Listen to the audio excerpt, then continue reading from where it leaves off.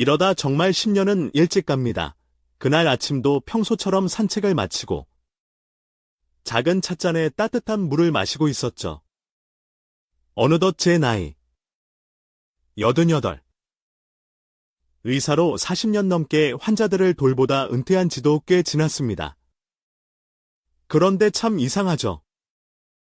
병원에서 수많은 환자들을 보며 늘 드는 생각은 사람들은 왜 그렇게 조용히 아무 말 없이 자기 몸을 망쳐가고 있는 걸까 하는 겁니다. 많은 분들이 건강을 위해 식사에 신경 쓰고 약을 챙겨 먹고 운동도 합니다. 그런데도 왜 몸이 점점 약해질까요? 왜 무릎은 아프고 기운은 없고 병원 문턱을 드나들게 되는 걸까요? 충격적이게도 그 이유는 따로 있었습니다. 바로 우리도 모르는 사이에 반복하고 있는 최악의 습관들 때문이었죠. 저는 40년 동안 수천 명의 70대, 80대 어르신들을 진료하며 공통점을 발견했습니다. 겉으로는 건강해 보이는데 아주 작은 습관 하나 때문에 삶의 질이 급격히 나빠지고 수명이 단축되고 있었던 거예요.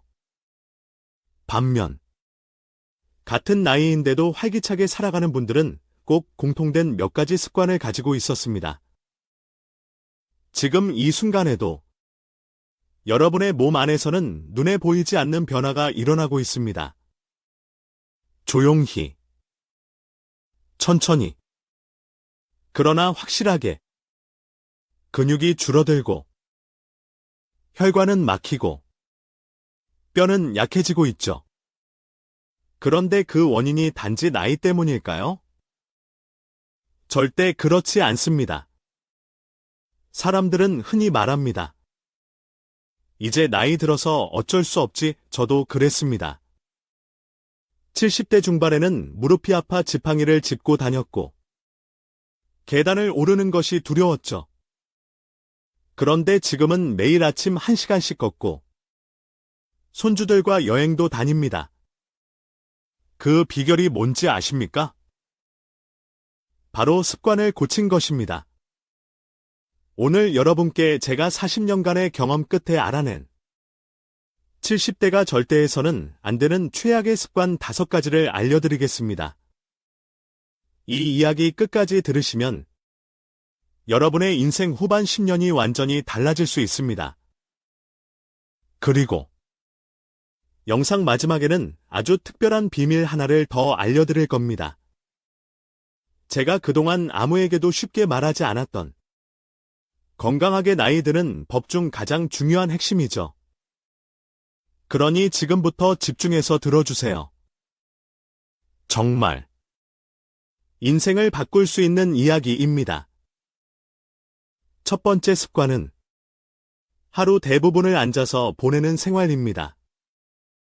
여러분, 오늘 하루 몇 시간이나 앉아 계셨나요?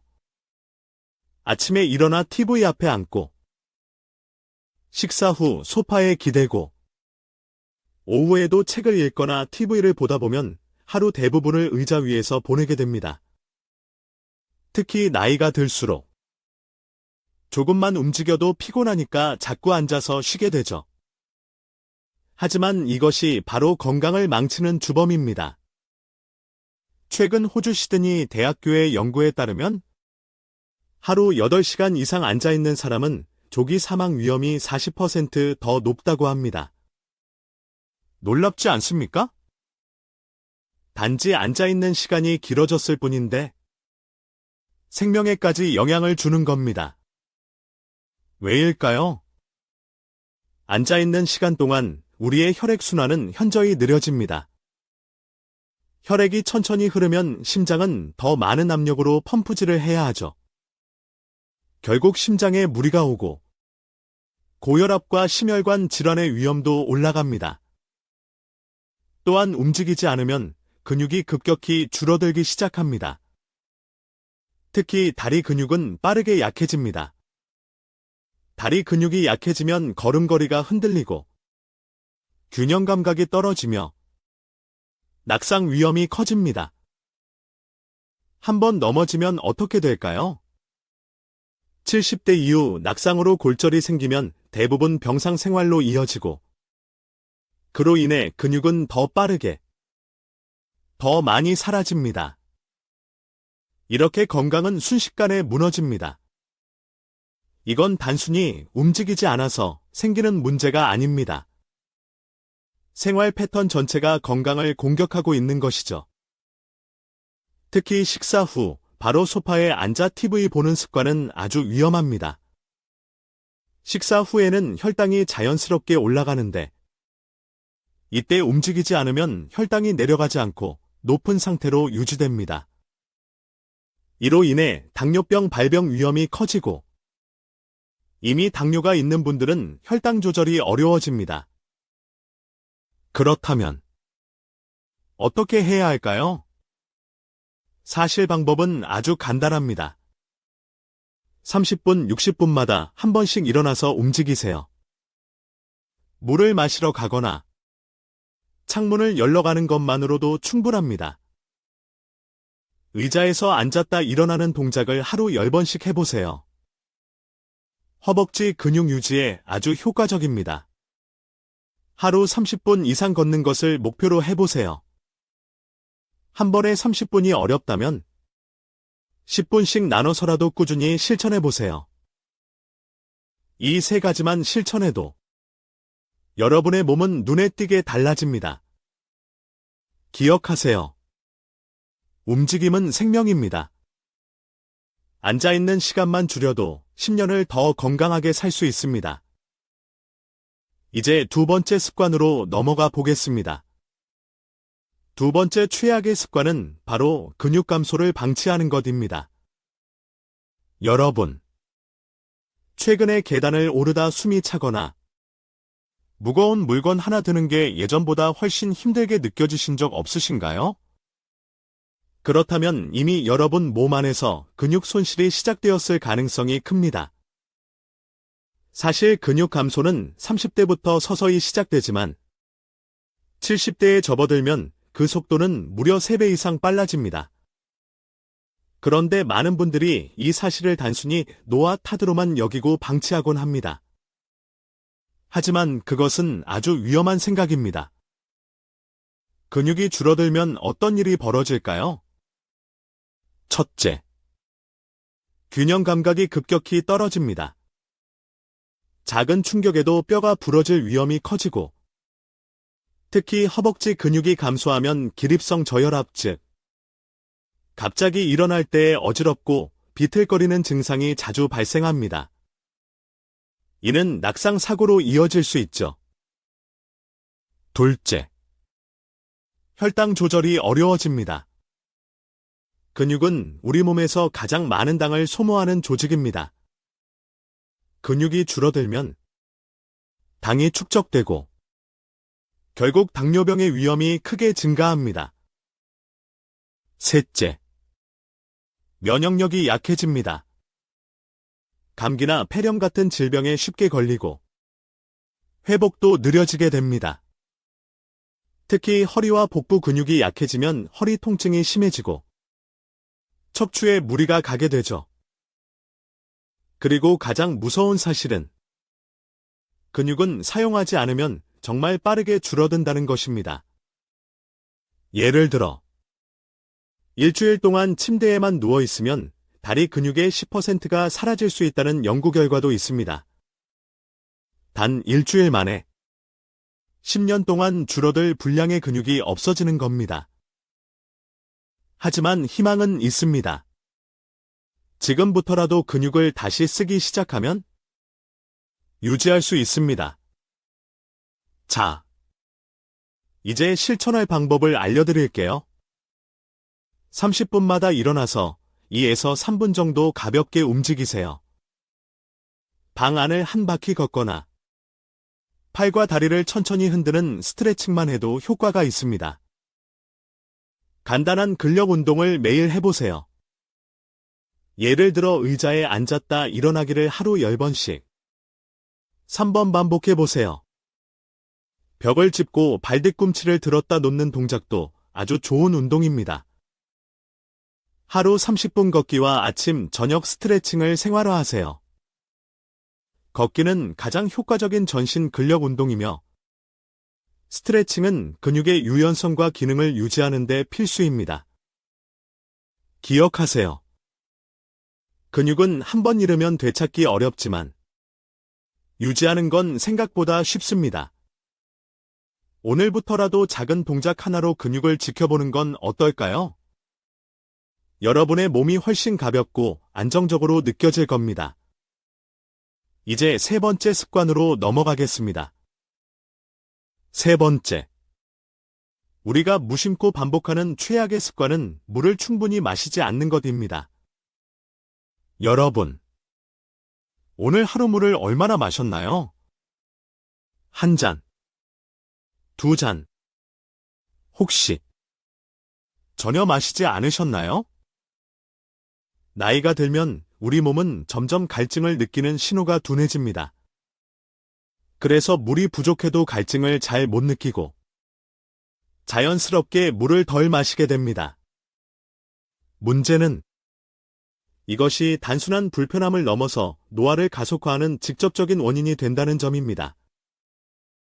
인체의 70%는 물로 이루어져 있습니다. 물은 단순히 갈증을 해소하는 것이 아니라 우리 몸의 모든 세포가 제대로 기능하도록 돕는 생명 유지 요소입니다. 그런데 물이 부족해지면 그 여파는 전신에 걸쳐 나타납니다. 가장 먼저 피부가 건조해지고 주름이 깊어집니다. 아무리 비싼 화장품을 써도 효과가 없는 이유는 몸 안에서 수분이 부족하기 때문입니다. 겉보다 속이 더 중요하다는 거죠. 다음으로 혈액이 끈적해지고 혈압이 오릅니다. 혈액이 농축되면 심장은 더 많은 압력으로 혈액을 보내야 하고 이로 인해 고혈압과 심혈관 질환의 위험이 급증합니다. 또한 신장이 제 기능을 하지 못하게 됩니다. 수분이 부족하면 노폐물이 제대로 배출되지 않고 신장 결석이나 심지어 심부전증으로까지 이어질 수 있습니다. 혹시 변비로 고생하고 계신가요? 수분 부족은 장의 운동을 저하시키고 배변 활동을 어렵게 만들어 변비를 악화시킵니다. 이 모든 문제, 단순히 물을 안 마신 것에서 시작됩니다. 그렇다면 어떻게 해야 할까요? 하루 6에서 8컵의 물을 조금씩 자주 마시는 습관을 들이세요. 한꺼번에 많이 마시기보다는 자주 마시는 것이 흡수에 좋습니다. 아침에 일어나자마자 한 컵, 식사 전 한 컵, 자기 전 한 컵. 이처럼 규칙적인 습관을 만들어 보세요. 몸이 자연스럽게 반응하게 됩니다. 미지근한 물이 가장 좋습니다. 너무 차갑거나 뜨거운 물은 위에 자극이 될 수 있으니 체온과 비슷한 온도가 좋습니다. 카페인이 들어간 음료는 수분을 오히려 배출시킵니다. 커피나 녹차는 하루 한두 잔으로 제한하고 수분 보충은 반드시 에물로 하셔야 합니다. 휴대용 물병을 눈에 잘 띄는 곳에 두세요. 시각적인 자극만으로도 자연스럽게 물 마시는 습관을 형성할 수 있습니다. 그리고 소변색을 확인하는 습관을 들여보세요. 건강한 소변은 연한 노란색이거나 거의 투명해야 합니다. 만약 진한 노란색이라면 이미 탈수가 시작되었다는 신호입니다. 기억하세요. 물 한 잔의 힘이 여러분의 심장과 신장, 피부, 뇌 건강까지 바꿀 수 있습니다. 오늘부터 여러분 몸에 물을 선물해 주세요. 하루 한 잔씩 늘려가는 것만으로도 변화는 시작됩니다. 다음은 네 번째 습관입니다. 아주 많은 분들이 놓치고 있는 치명적인 문제죠. 계속해서 알려드리겠습니다. 네 번째 최악의 습관은 바로 사회적 활동을 멀리하는 것입니다. 이제 나이도 있는데 누굴 만나? 나가는 것도 귀찮고, 그냥 집에 있는 게 편하지? 혹시 이런 생각 해보신 적 있으신가요? 많은 어르신들이 점점 외출을 줄이고, 사람 만나는 걸 피하게 됩니다. 가족과 연락도 뜸해지고, 친구와의 약속도 줄어들고, 집 안에서 조용히 하루를 보내는 게 익숙해지죠. 그런데 이 조용한 일상이 사실은 건강에 있어 가장 무서운 적이 될 수 있다는 사실 알고 계셨나요? 하버드 의대 연구에 따르면 사회적 고립은 흡연, 비만보다도 생명에 더 큰 위협이 된다고 합니다. 실제로 외부 활동이 적고 대인관계가 단절된 사람은 그렇지 않은 사람보다 조기 사망 위험이 50%더 높다는 결과도 있습니다. 왜 이런 일이 벌어질까요? 첫째, 우울감과 무기력증이 커집니다. 사람은 본래 사회적 존재입니다. 대화하고, 웃고, 소통할 때 뇌에서 행복 호르몬인 세로토닌이 분비되며 스트레스도 줄고 마음도 안정됩니다. 하지만 혼자만의 시간이 길어질수록 감정은 무뎌지고 작은 일에도 의욕을 잃게 됩니다. 둘째, 식사량이 줄고 영양 불균형이 심해집니다. 혼자 먹는 밥은 맛이 없다는 말처럼 사람들과 함께 식사할 때 우리는 더 다양한 음식을 먹고 식사 시간도 즐거워집니다. 반대로 혼자 먹으면 대충 먹거나 아예 끼니를 거르기도 하죠. 결국 면역력이 떨어지고 회복력도 저하됩니다. 셋째, 뇌 기능이 급격히 저하됩니다. 사람과의 대화는 뇌의 다양한 영역을 동시에 활성화합니다. 어휘, 기억, 감정, 판단, 오리 동시에 작동하죠.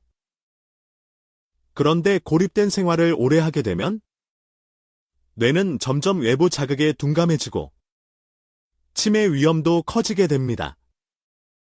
여러분, 단순한 외로움이 아닙니다. 사회적 단절은 실제로 뇌와 몸 전체를 병들게 만드는 독입니다. 하지만 다행히도 해결책은 아주 따뜻하고 간단합니다. 하루에 한 번은 가족, 친구, 이웃과 대화를 나눠보세요. 직접 만나지 못한다면 전화통화도 좋습니다.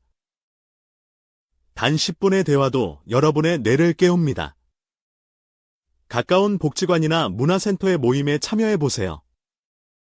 같은 관심사를 가진 분들과 자연스럽게 관계가 생깁니다.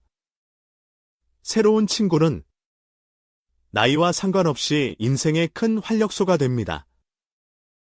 정기적인 만남의 날을 정해보세요. 예를 들어, 매주 수요일은 친구랑 점심 먹는 날, 매달 첫째 주는 자녀들과 외식하는 날처럼요. 이런 작은 규칙이 삶의 리듬과 의미를 줍니다. 자원봉사나 지역 활동에 참여해보세요. 다른 사람을 돕는 과정에서 오히려 자신이 더 큰 기쁨과 가치를 얻게 됩니다.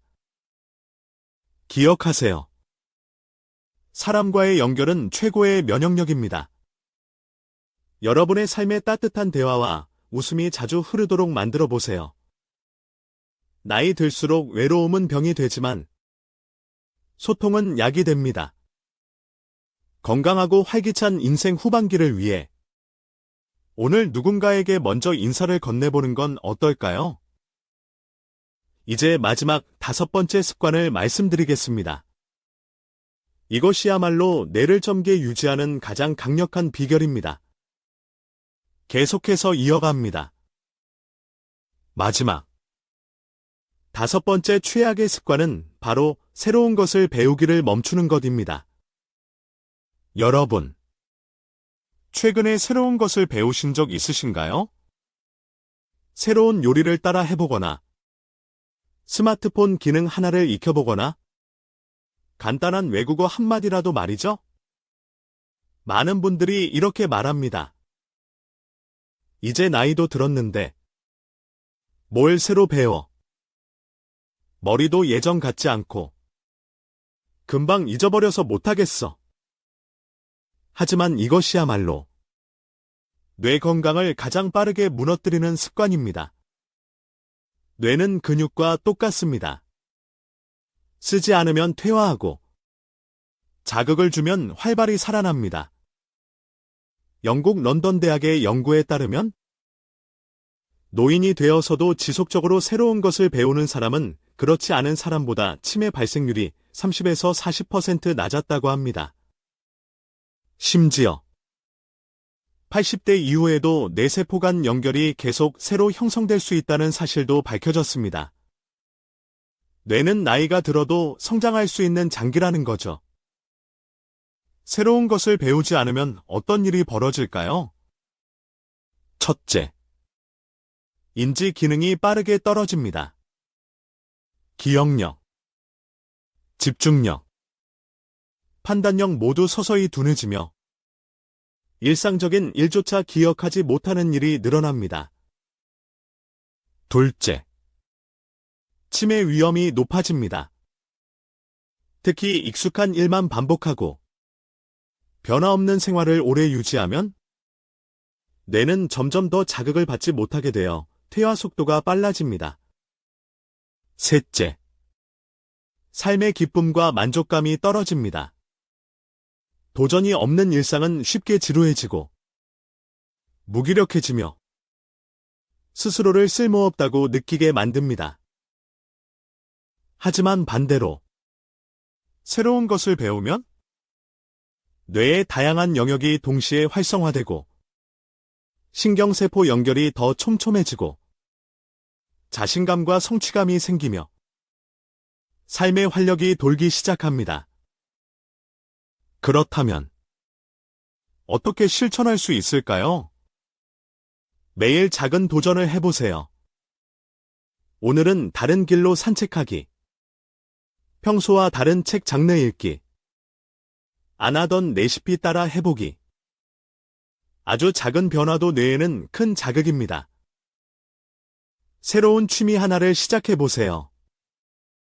뜨개질, 수채화, 악기 연주, 정원 가꾸기, 그림 그리기. 처음부터 잘할 필요 없습니다. 중요한 건 배우는 과정 자체입니다. 디지털 기기를 두려워하지 마세요. 스마트폰, 태블릿, 컴퓨터. 배울 수 있습니다. 손자, 손녀에게 배우거나 복지관 프로그램을 활용해 보세요. 유튜브 보는 법, 카카오톡 보내는 법만 익혀도 세상과의 연결이 확장됩니다.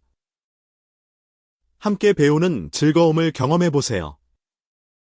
같은 관심사를 가진 사람들과 함께 배우면 동기부여가 더 커지고 관계도 생기며 더 오래 지속할 수 있습니다. 기억하세요. 나이와 배움은 아무 상관이 없습니다. 98세의 대학을 졸업한 할머니, 87세의 새로운 언어를 유창하게 구사한 할아버지. 그들이 특별해서가 아닙니다. 단지 포기하지 않았을 뿐입니다. 여러분도 할 수 있습니다. 오늘 작은 것 하나만 배워보세요. 새로운 단어 하나, 요리법 하나, 스마트폰 기능 하나. 그 작고 사소한 도전이 모여 여러분의 뇌를 젊고 생기 있게 유지해 줄 겁니다. 오늘 아침 자신에게 이렇게 물어보세요. 오늘은 뭘 새롭게 배워볼까? 이제 마지막 정리를 해드리겠습니다. 지금까지 말씀드린 5가지 습관을 고치면 여러분의 남은 10년, 20년은 완전히 달라질 수 있습니다.